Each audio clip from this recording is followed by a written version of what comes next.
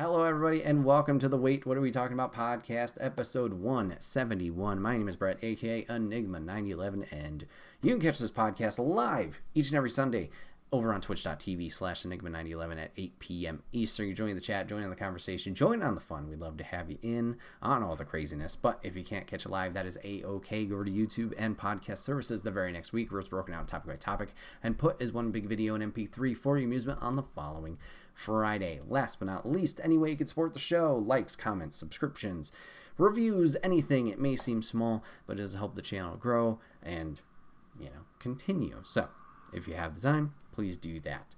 So, what are we talking about today as I fly solo? Today we're going to be talking about two similar, only in name, but very different in terms of concept or topic of each topic, question mark. We're going to be talking about Powerwash Simulator to kick it off. And no, I did not just have a stroke or misspeak. We're going to be talking about a game called Powerwash Simulator. There are a plethora of simulator games, starting with, The Sims. But you got, at this point, Jesus, how many farming sims do you have? I think there's, literal farming, like not just Stardew or Story of Seasons or Harvest Moon, like those farming simulators. There's a literal farming simulator with tractors and all that jazz. I'm sure there's like Thief Simulator. There's like a Police Academy probably simulator. I don't know if there was a firefighter simulator. There's all these random simulator games, and I finally tried out Powerwash Simulator. I heard a lot about it when it initially released on PC. It's been out for a while. It just came out to the PlayStation platforms within the past 6 months, as of recording, probably. Decided to give it a try because I was like, okay, it sounds like something. Obviously, you can turn your brain off, just kind of play, and it's one of those things that you can relax to, and it kind of just checks the boxes. And I know that sounds weird, but that is exactly what this game is. You are essentially just a dude starting a power wash company, and you clean a wide variety of locations and vehicles throughout your game. Is there a story? Yes. Could you miss the story? Also, yes. It's a very fun experience and a very enjoyable game, which I know, like, outside looking in, sounds very ridiculous and silly how, like, cleaning stuff could, as just like entertainment, like could be so satisfying and so entertaining compared to, like, real life. You could go and clean your apartment, clean your car, clean whatever. But this game really checks the boxes in terms of fun and engaging experience, and is just overall very satisfying. So I kind of alluded to it, that they have a wide variety of levels, from locations, big and small, and vehicles. And it has a nice flow overall in terms of what they give you in terms of tools and the size and locations of the levels that you have, that it feels like it's a constant and gradual incline in terms of difficulty and time consumption, I guess you could say, challenge.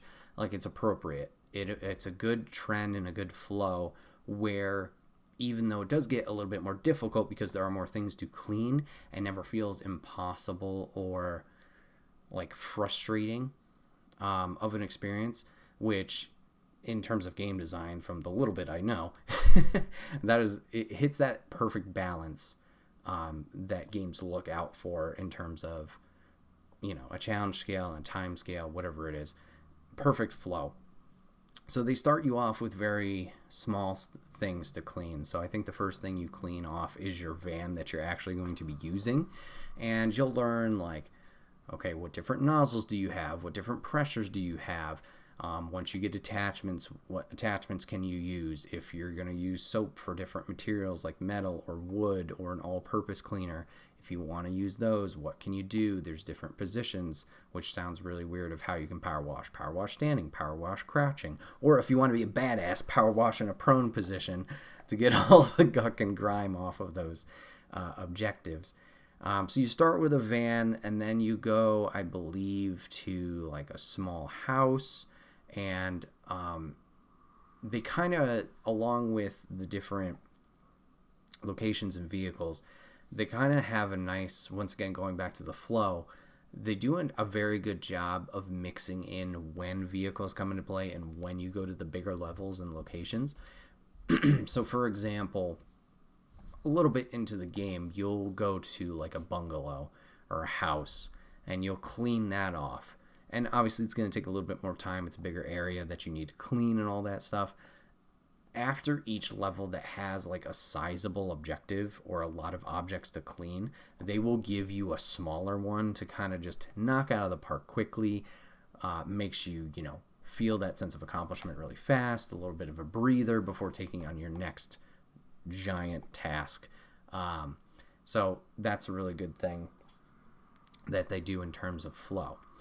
In terms of gameplay, we already kind of alluded to, the different power washers that you can eventually get, along with the different attachments and the different nozzles. Some nozzles will give you a wider spray, but maybe don't get off the guck and grime, while some are a little bit more fine-tuned and have more power to it if you need to get harder rust or dirt off of certain areas that you might need to. So you have that strategy that you have to kind of play around with. But something that they also do to help you not overthink it and look at, for example, the house or a fire station and be like, holy crap, that is a lot to clean off, is they will section everything off in different categories or items so you don't have to tackle it all at once and you can get a sense of accomplishment along the way. So, for example, let's go back to the van just because that's an easy one to describe. You have the van body, you have windows, you have the doors, you have handles, you have headlights, you have the grill, you have the bumper, tires, the hubcaps. All of those are separate items individually to clean that will all add up to a grand percentage of like the vehicle is now 100% clean. And by doing this, when you finally complete certain objects or certain areas, it gives you a nice little ding. And that ding, it's kind of like Pavlov's bell. It gives you that serotonin rush of like joy and happiness, and like you accomplish something and you're just constantly chasing after this bell of hearing that and be like, yes, I'm done, it's clean, or whatever it is. And it's very, very satisfying, obviously, hearing the bell. And then in terms of just gameplay, it's weird, but there's something very soothing about seeing this giant treehouse villa that you're cleaning that's all gunked up from kids messing around with it or whatever the story they tell you is, and seeing it get progressively cleaner over time based on what you're doing, whether you're going to go sporadic with it or you're going to go like a line by line approach and really be methodical and clean this off, and seeing what you accomplished after a while, it's a rewarding, it's a sense of rewarding, which is great.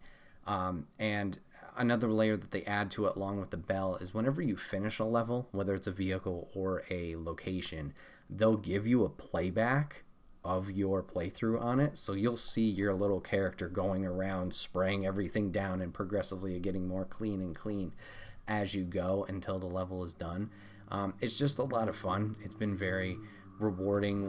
Once again, one of those experiences like you could turn your brain off and just kind of immerse yourself in it, or just relax, not have to worry about beating a super hard boss or taking a time limit or whatever it is.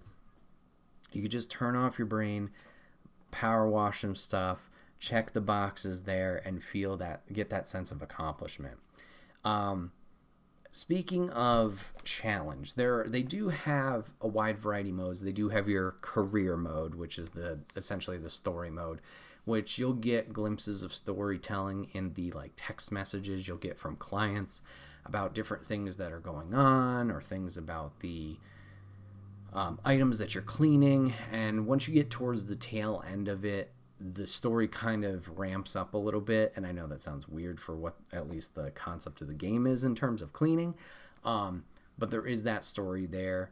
Well, it's nothing like great that if you miss it, whatever. But along with the career mode, They do have other game modes that you can play, whether it's free play. You can redo any of the levels that you did already if you just want to clean them, kind of, once again, chill out, whatever it is. They do have challenges. So once again, this is for every level that you have completed already, but they have a time limit challenge. So can you clean the level in X amount of time? And there's also water limit. So if you're playing the career or free play, you can just blast with no repercussions. You have like unlimited water that's magically coming from somewhere. Just blast to your heart's content. And in those challenge modes, you only are allowed, however, X amount of liters to clean off certain stuff. A little bit challenging, is required for the platinum or 100% if you're going to go after that for consoles.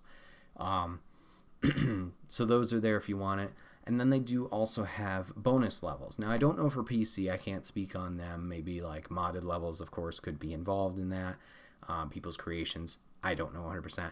But at least on the PlayStation side of things, they do have Lara Croft's mansion from Tomb Raider. They've included that for free DLC, as well as Midgard, and it's the bar, Tifa's bar, and I believe Cloud's motorcycle are available to you from Final Fantasy VII. So if that's something that tickles your fancy, those are extra levels that you can do just for fun. Also, if you don't want to power wash alone, you can power wash with a friend. You can play this up to 2 players, I believe. I think you can play it split screen on consoles. That's something I do need to check, so I'll look that up right now as we're talking. But yeah, something you could just do with a friend or with a significant other as you're playing. So that's pretty cool if you wanted to do that together. Let's see. You're giving me no details. No. Sorry, guys. I should have looked this up before. But yeah, you do have that ability to play with someone if you do want to.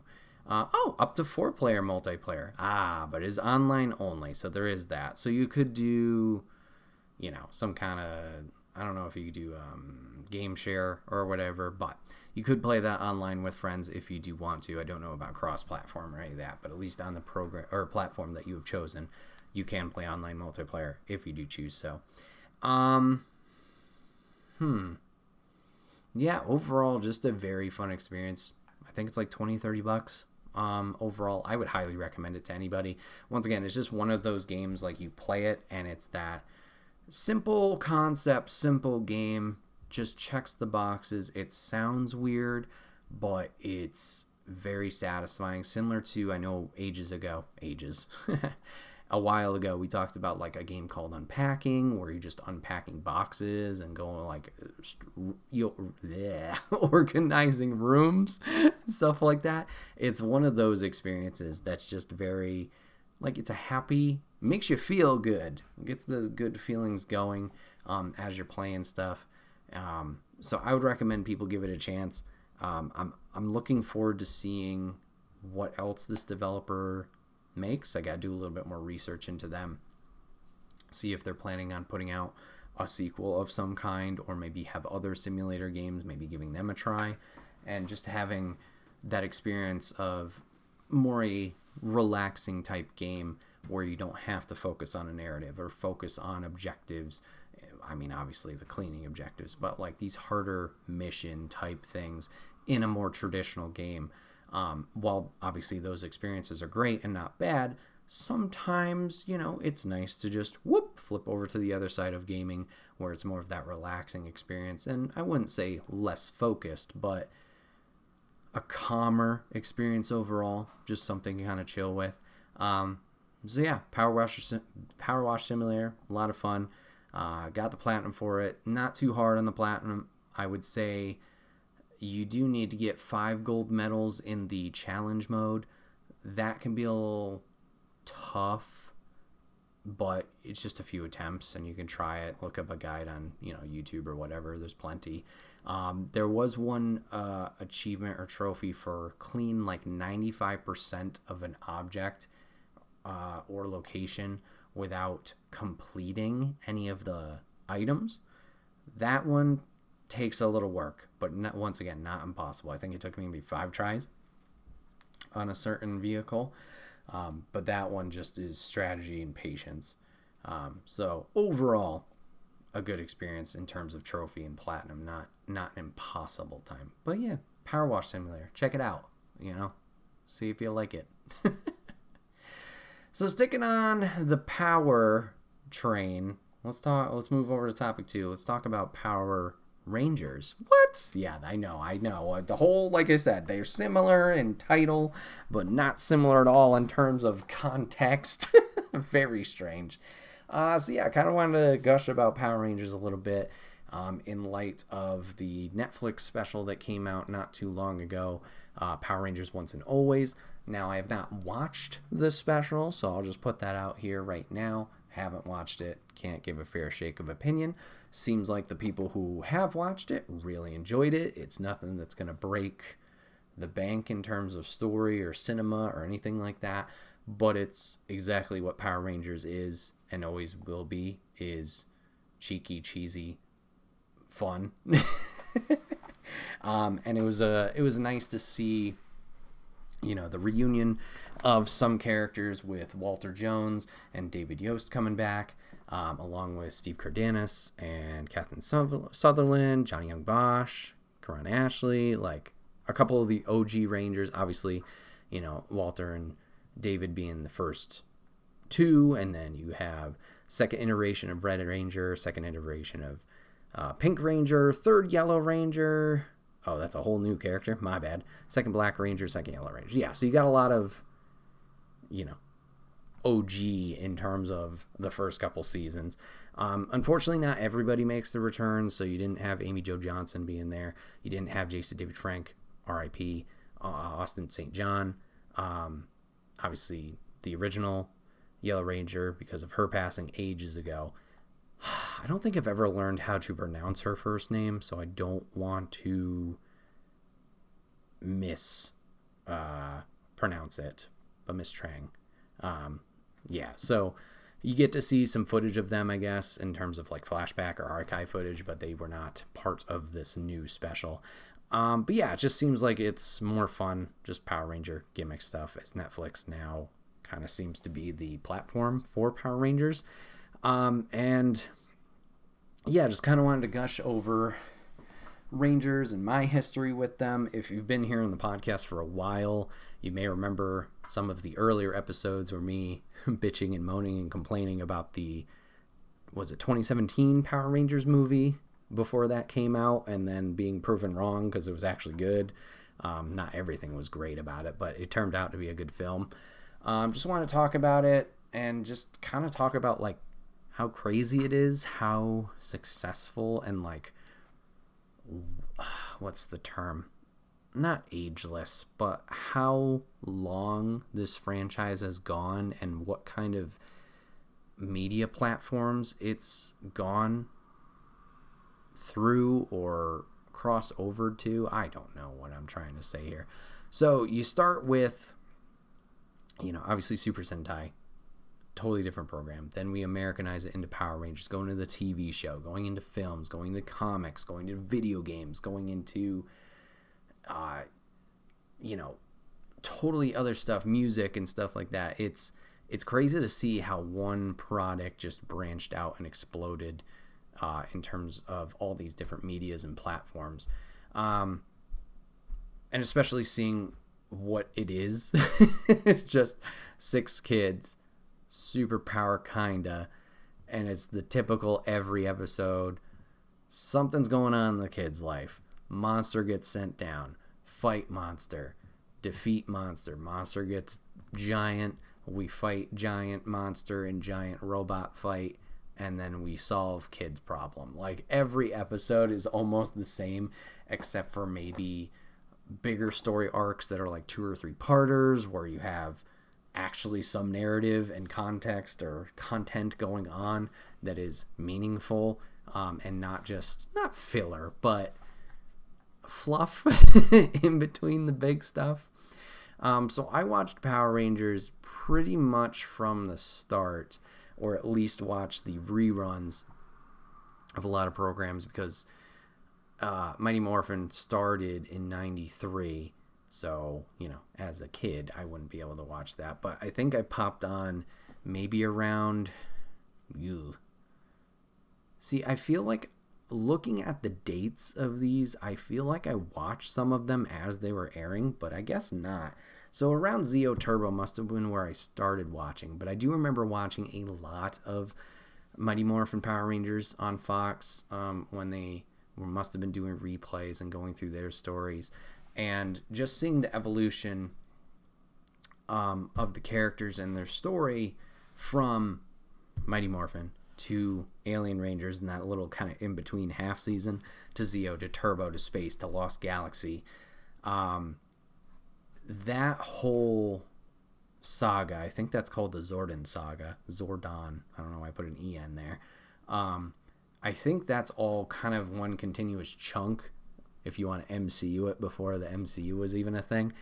All of that kind of flowed very nicely where at least from Morphin to Space, there was always a character that crossed over, not necessarily from like OG the 6 to Space's 6, but there were so many who crossed over from each season. So I think from Mighty Morphin, like you obviously had the recast of in those 3 seasons from the OG Rangers to their second iterations.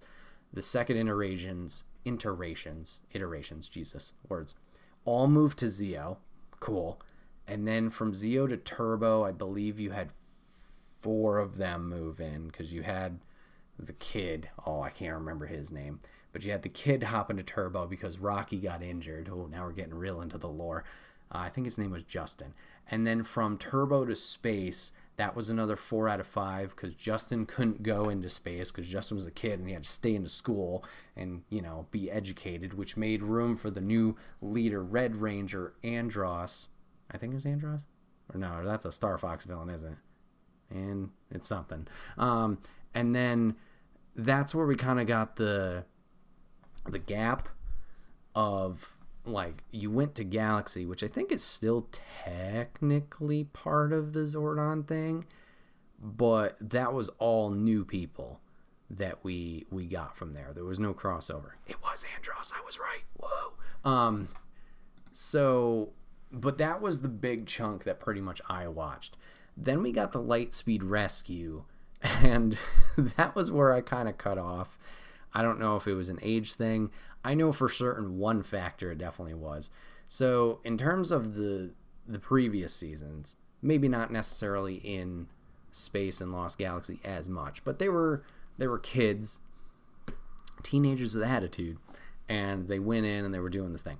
We got the Lightspeed Rescue. They were all adults with jobs that were selected as Power Rangers through some process I don't remember. And to me, watching it as a kid, I was like, what? You got a firefighter? You have a paramedic or a nurse? You had a SeaWorld entertainer dude. You had a girl who climbed mountains. And then, oh crap, what was the other guy? He was like, I don't remember. I remember the opening. He was like jumping over some fence. No, I don't think they were in high school. I mean, the original ones, but I don't think in Lightspeed they were in high school. They just all were these people who were in important roles in life, which I get what they were going for, but it was just like, what?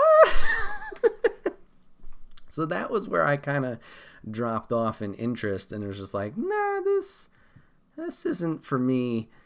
So let's see. Yeah, we had a firefighter, a lifeguard, and animal trainer was the blue one. Green Ranger was a stunt pilot. Yellow was an extreme sports athlete. And the Pink Ranger was a paramedic who practiced medical arts. Hey, I was right. Look at me. So it was just like they all have jobs. I don't know. To me, there was that disconnect.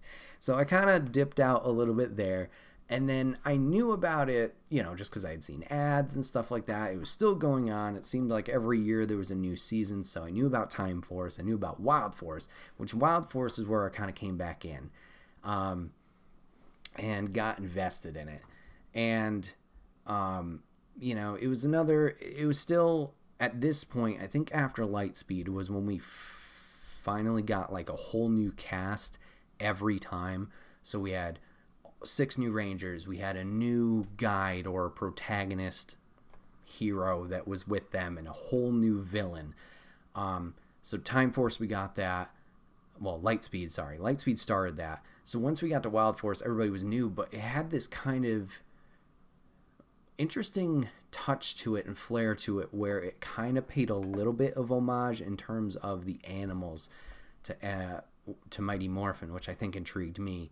And as you watch the show, like, the characters were interesting. I think the main guy, I don't think he was like a caveman. I think that was a different one. Oh, okay. He was just a guy in the jungle who just happened to be like newer in town. So like he was this kind of rogue guy to the group, but he was entertaining.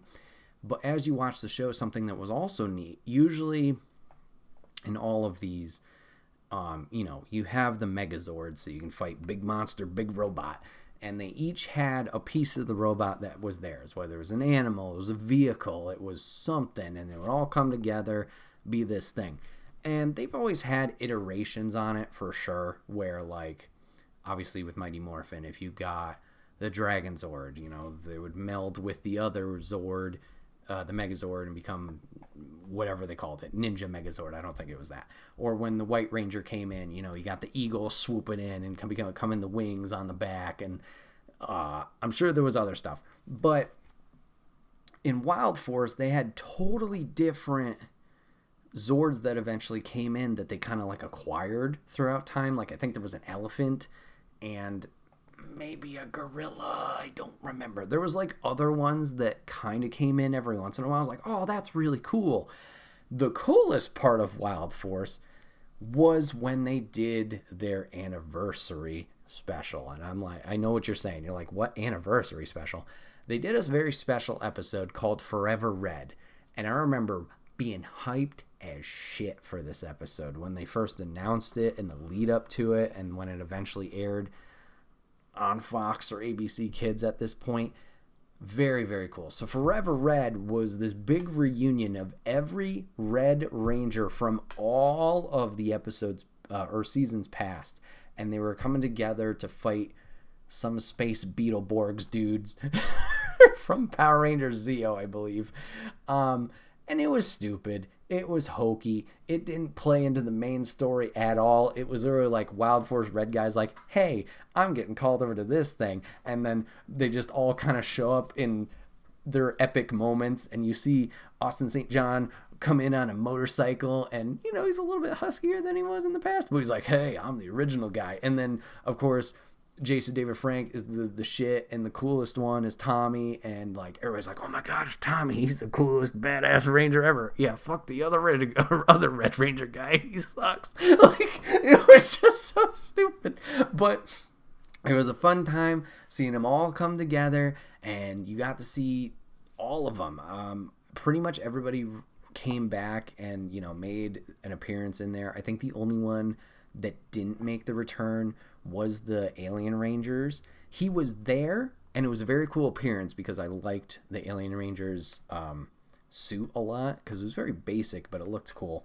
But he never got out of the suit because they were from Aquatar, if you don't know, which was like a water planet, and they talked all in weird, like they sounded like they were in underwater when they talked, and I don't know if they just couldn't afford the budget for the makeup or whatever, so they didn't bring him back in terms of like seeing his face out of suit. But that was just such a cool moment, and being like the first time where all of the Power Rangers came together for a while was something special. You had a bit of crossover here and there prior, right? Like I remember in Space, I think Johnny Young Bosch came back with the original Morpher from Mighty Morphin, but it was like busted, so he couldn't do it all the time, and that was like he wanted to help but couldn't. So you had some crossover here. Like I remember when the Teenage Mutant Ninja Turtles showed up. Yep, they teamed up with MMPR for a while in a few episodes. That was dope. So yeah, Wild Force was probably where I officially stopped. Then you had Ninja Storm, which I watched a little of, but that was where it kind of threw a little bit of a curveball into the mix. So usually with the Power Rangers, you started with 5, and then you would get a 6th who was like the OP, the super powered one who had the cool shiny new suit and whatever, came in with the new gadgets and won everybody over. So like your green/white ranger, then your gold ranger, Zeo, I don't think got one. I don't think Turbo did either. Space was silver, whatever. They came later. So Ninja Storm did something different where they didn't start with 5. They started with 3. Red, yellow, and blue. So that was like, oh, that's interesting. Eventually, I think they caught up to the 6, where just the other teammates came in later. But that Ninja Storm started. I believe Dino Thunder continued that. And then once we got to SPD Emergency, or whatever the hell the theme song was, I think they went back to 5. So... oh boy. So let's just run through all of them, right? So we had Mighty Morphin Power Rangers for 3 seasons. You had the Alien Rangers for half a season, because that was because they just came down to help the Mighty Morphin Power Rangers as they were turned into kids, and the Aquatar Rangers had to come help them. Yep, that's right. Then you had Zeo, you had Turbo, Space, Lost Galaxy, Lightspeed Rescue, Time Force, Wild Force, Ninja Storm, Dino Thunder, SPD, Mystic Force, Operation Overdrive, Jungle Fury, RPM, Samurai and Super Samurai, Megaforce and Super Megaforce, Dino Charge and Dino Supercharge, Ninja Steel and Super Ninja Steel, Beast Morphers, and then Dino Fury. Holy crap. 29 seasons of this.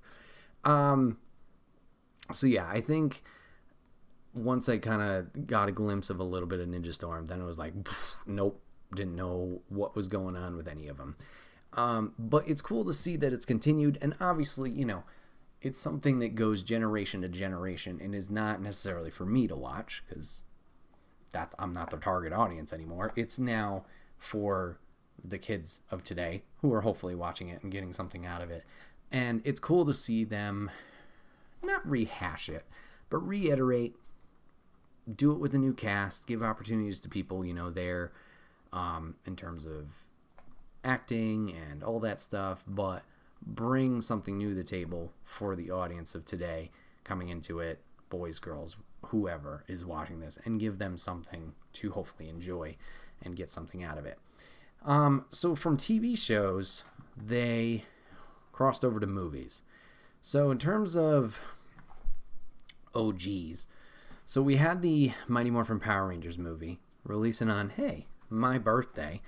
And this movie is awesome. And, once again, it's not anything that's going to break the bank story-wise. There's going to be the greatest piece of cinema. But as a Power Rangers fan watching this on the puffy VHS, because I was too young at the time to go to the theater, it's so badass. You see the quality of, obviously the difference between TV to a movie production.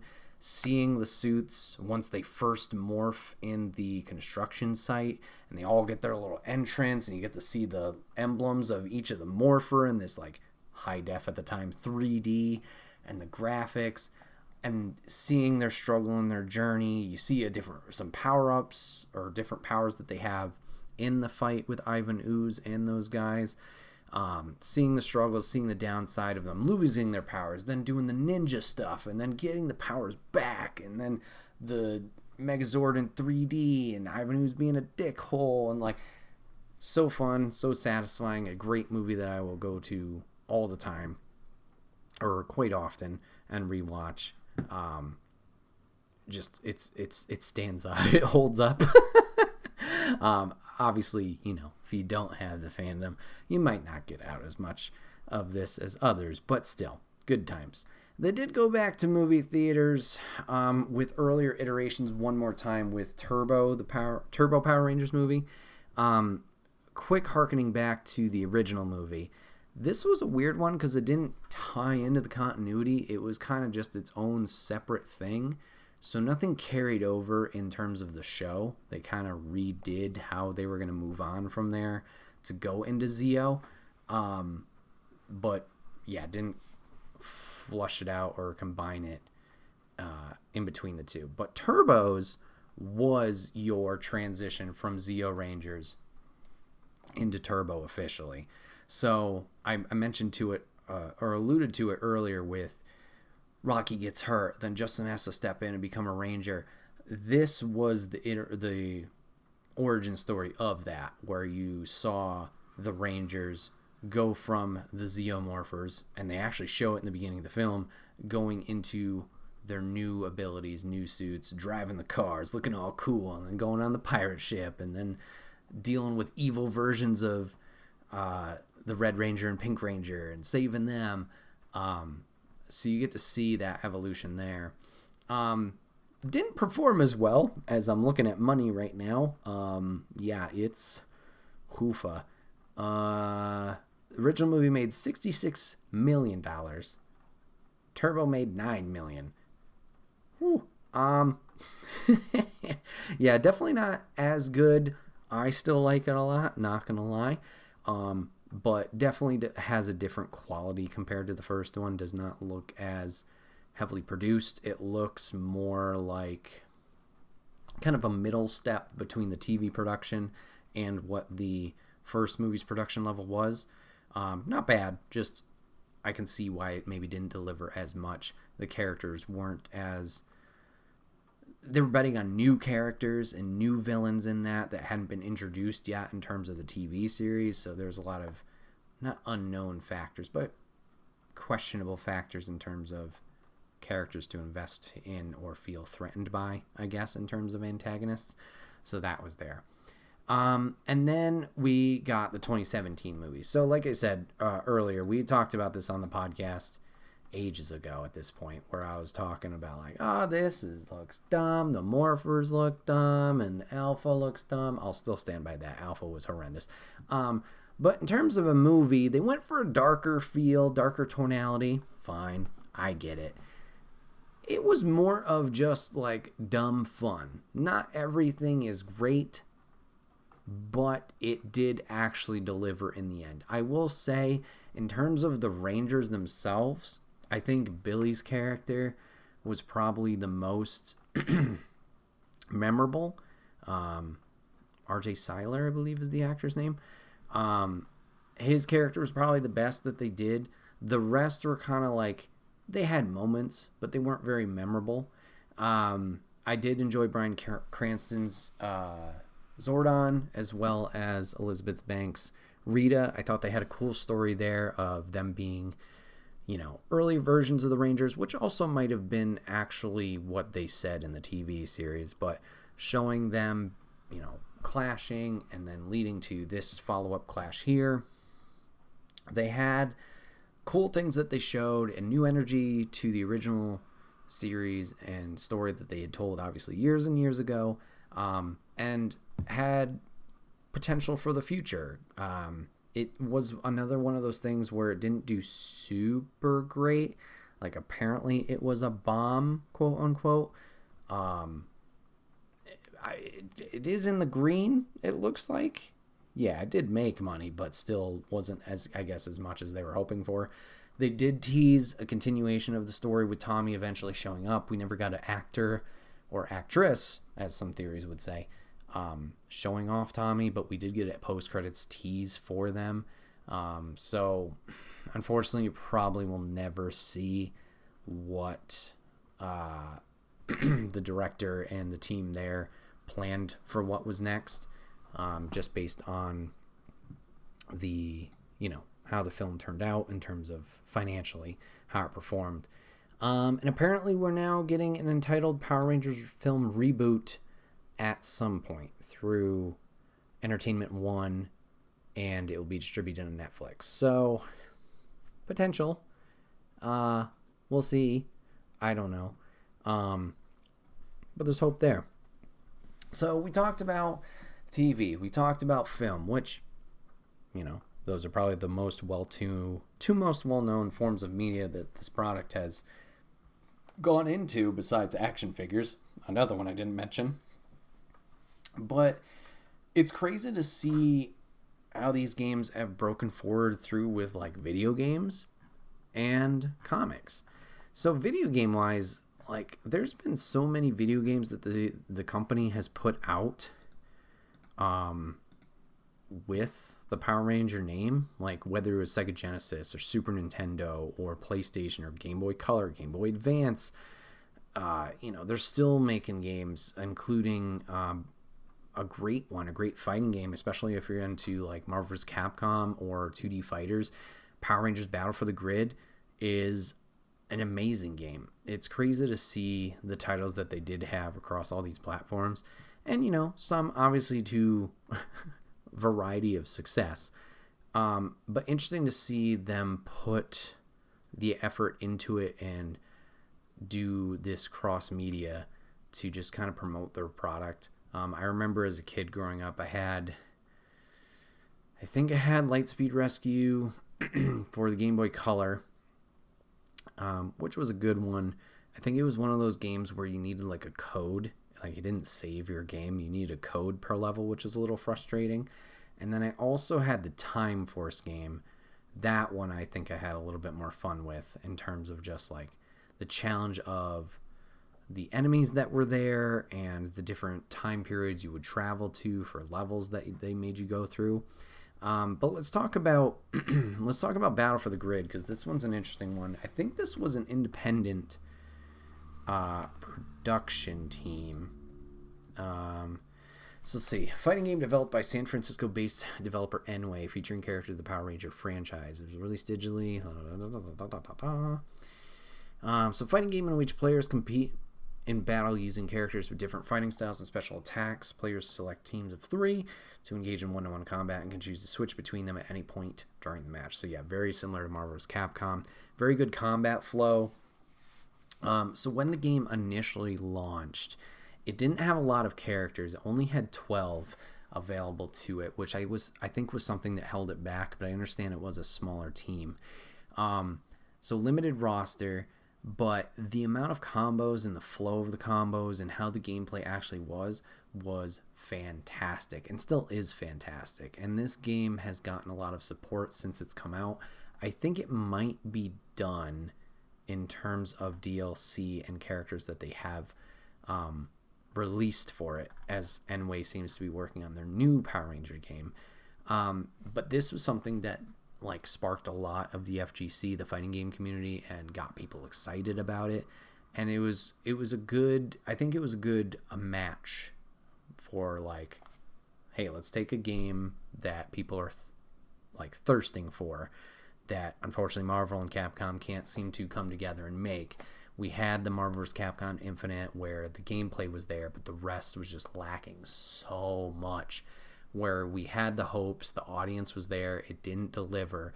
Let's give them something with that gameplay, but with a license and character base that has a lot of nostalgia factor, but maybe isn't the most prevalent right now, and let's make something here. And it blows it out of the water. It also brings in the comic book stuff, as I'm going to talk about now, where there's been there's rather been Power Ranger comics, I'm sure, for ages and ages now. But it seemed like in 2015, 2016, the comics kind of made like a giant resurgence with Boom Studios, where they made Mighty Morphin Power Rangers comic books, and eventually led to this like Battle for the Grid, I believe is what it's called, where it brought all these Power Rangers from different iterations together that were fighting against the new enemy, which was Lord Draken, I believe, which was like an evil version of Tommy. And I don't know the full story of it, so I don't want to talk out of turn with it, but that comic series seems to have blown up and is continuing and having a lot of success. So Boom Studios, good on you. But seeing that those stories implemented into the Battle for the Grid video game, just another layer of like cross promotion and taking a storyline and just driving it forward and building upon it. Very, very cool. So yeah, just, I don't know, Power Rangers, yes, it's hokey. Yes, it's cheesy. It's not going to, once again, break the bank in terms of storytelling. But if this is something you ever gave a shot as a kid and watched, it's just very cool, or very interesting, at least in my perspective, to see how something like this, where it started in one avenue as bringing something over for American audiences and watching it just blow up into all these different platforms and outlets and whatever, and seeing it still go today, as we've seen many and many and many of IP, story, project, whatever it is, they try something, it doesn't work, and it like goes to the wayside and goes into the annals of history. See something like this to have a lifespan of like 30 years at this point is nuts and is crazy. And I just kind of wanted to gush about it, take a moment to talk about it and my history with it. Obviously, a lot of nostalgia there, still a lot of fandom there, but obviously also still so much I don't know. Like, I'd be interested in getting into the Boom comics a little bit more. I think I only have, a few issues of the initial run, but maybe getting some kind of graphic novel version of it and seeing where the story is and what they're telling there, what kind of stakes they have, and also maybe checking out, some of the older seasons of the show, or seeing, I know Megaforce had a lot of crossover. That was like their whole basis of their show or their season, was using powers and abilities from former Rangers, and then they had this giant crossover episode where they had like an army of a wide array of cast of Rangers back for some battle or whatever. Be cool to see. Once again, just kind of scratch that nostalgia itch, have some fun with it, and check the box, I guess you could say. But yeah, hopefully you guys had some fun with this little nostalgia trip of Power Rangers. Yeah. Well, everybody, this has been another episode of the Wait, What Are We Talking About podcast. My name is Bret, aka Enigma9011, and you can usually catch this podcast live over on twitch.tv/Enigma9011 on Sundays at 8 p.m. Eastern. Join the chat, join on the conversation like Rainbow did today, and have some fun with us talking about weird topics, strange topics, fun topics.